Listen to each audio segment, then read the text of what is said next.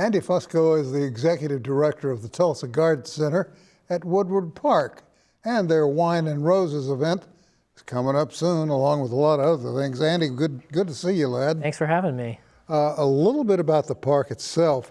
First of all, there's some construction going on. Yeah, so if visitors drive by either on 21st or Peoria, you're going to see a lot of construction fencing and whatnot, and that's a project it's been going on for a little bit, slated to go on for a little bit longer, but it's some much needed improvements to the stormwater pipe that goes through there, so the invisible parts of the park. Yeah. But also they're going to be redoing the hillsides where the azaleas used to be and all of that good stuff. So it'll look really good when it's all said and done. Are they going to have the azaleas back? There will be some azaleas, but it's going to be really a much more sustainable planting. I haven't looked at the planting plan in a while. That was done by a lot of the professionals in the Parks Department, but there was a focus on making sure there was color year round. Of course, the azaleas used to be beautiful, but when they were done, they were done. So they're really looking at a more mixed, sustainable planting. And the good thing about that is that there's color year round.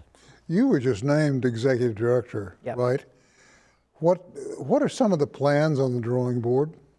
There's a lot of really interesting, fun things happening in the park. Of course, the Garden Center remains what we call the horticulture hub. So we still have all of our plant societies, the reason we were founded. Mm-hmm. So we have 15 plant societies under our umbrella. I did not know that. Yeah, so everything from the old school Garden Club, Herb Society, Rose Society, to we're getting ready to add one this fall, a new carnivorous plant society that we're really passionate about. So all of that really fun community stuff, where if you have an interest, you can come. We'll play on words there. Yeah, the plant puns kind of write themselves, but so we still are doing all of that old school stuff. The Teaching Garden has lots of fun events coming up in the fall.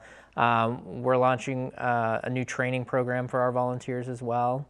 And a lot of really good stuff, and always in constant contact with our oldest partners, the city of Tulsa themselves, about ways that we can collaborate to continue to make sure that Woodward Park continues to be a place for the community. Well, you mentioned volunteers. Then, do you also utilize docents that work with visitors that want to know more? Yeah, we actually have a docent training coming up on October 4th. It's a half-day training. You get to learn a little bit about the history of the park.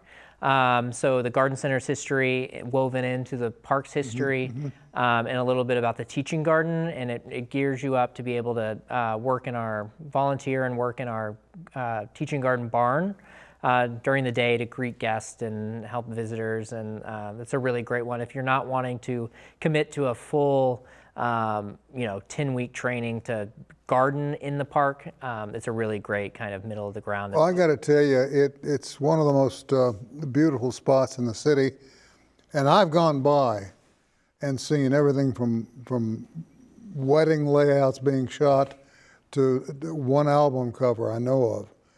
And it just is attractive and utilized by so many people. It's so true. I mean, that's, I was talking to somebody and they said, what's your favorite part of your job? Which is always kind of it's a hard question to answer. But I think what's amazing about Woodward Park is there's so many, I got into this for my love of plants. And I fell in love with public gardens as kind of a civic asset to communities like Tulsa.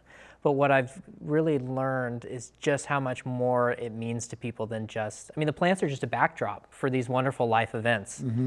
So, sometimes weekly I stop and talk to people and they say, thanks for taking care of the park. This is where my husband proposed 40 years ago, and we used to, spend our weekends here, and now that he's gone, I come here to remember him. And it's much more than just a green space for people. It represents these life events for so many people. And so a lot of those, prom pictures, graduation photos, weddings, engagements, it's really great to have, to get to put my little, touch on a thing that means so much to people. The Garden Center is open Tuesday through Friday, 9 to 4, and then the Teaching Garden is open Tuesday through Saturday, 9 to 4. You have a lot of kids that tour it?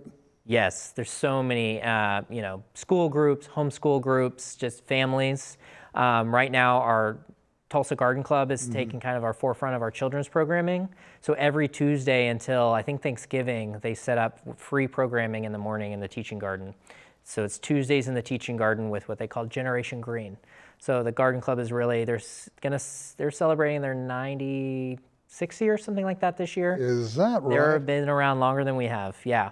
And they really see the importance of making sure that the next generations continue to be involved in the environment. And so they put a lot of their efforts into that. So it's really fun to go down there on Tuesdays and see all the families doing free kids activities, and just a little bit of like, if you can spark that joy by touching dirt or touching grass, as we like to say. Makes a difference. Yes. Makes a big difference. Yes. Well, the project, this renovation, it's a restoration in Woodward that runs about $1 million, privately raised money for 32 new trees.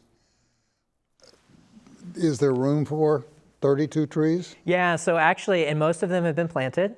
This project has been going on for about 4 years. It's our arboretum.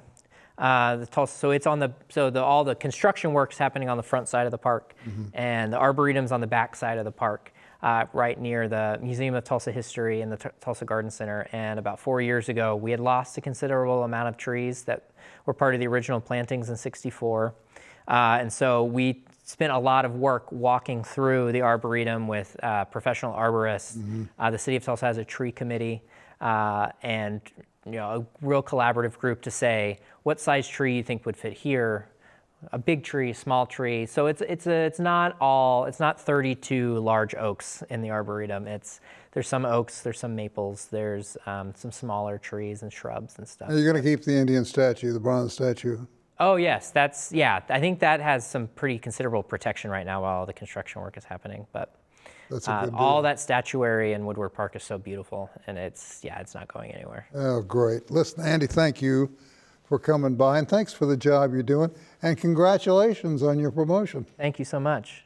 I expect big things out of you, lad. Yeah, and don't forget Wine and Roses, Friday, September 26th. That sounds good. The days of wine and roses. We're out of time, my friend. We'll have you back down the road, all right? We're all out of time for this edition of Perspectives. Thanks for joining us. We'll see you back here next time.